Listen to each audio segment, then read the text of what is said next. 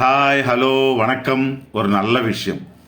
நாம் துக்கத்திலே இருக்கும்போது ஆறுதல் சொன்னவர்களையும், எந்த சொந்த பந்தம் இல்லாமல் போனாலும் நாம் சந்தோஷமாக இருக்கும்போது பார்த்து மகிழ்ச்சி அடையும் அவர்களையும் வாழ்க்கையில் எப்பவும் மறக்கவே கூடாது நண்பா. நாம் எத்தனை முறை ஏமாந்து போனாலும் இன்னொருவனை நம்ப வைத்து ஏமாற்றவில்லை என்ற பெருமையாக இருக்கலாம். எல்லோருடைய வாழ்விலும் தாங்க முடியாத கஷ்டங்கள் இருக்கும்.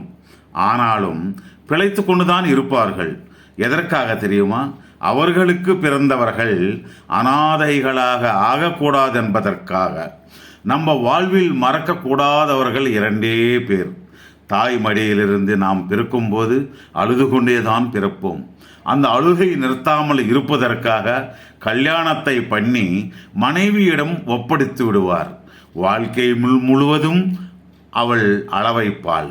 நாம் பிறந்ததிலிருந்து சாகும் வரை அழுகை நிறுத்தாமல் செய்யும் தாயையும் தாரத்தையும் மறக்கவே கூடாது நண்பா.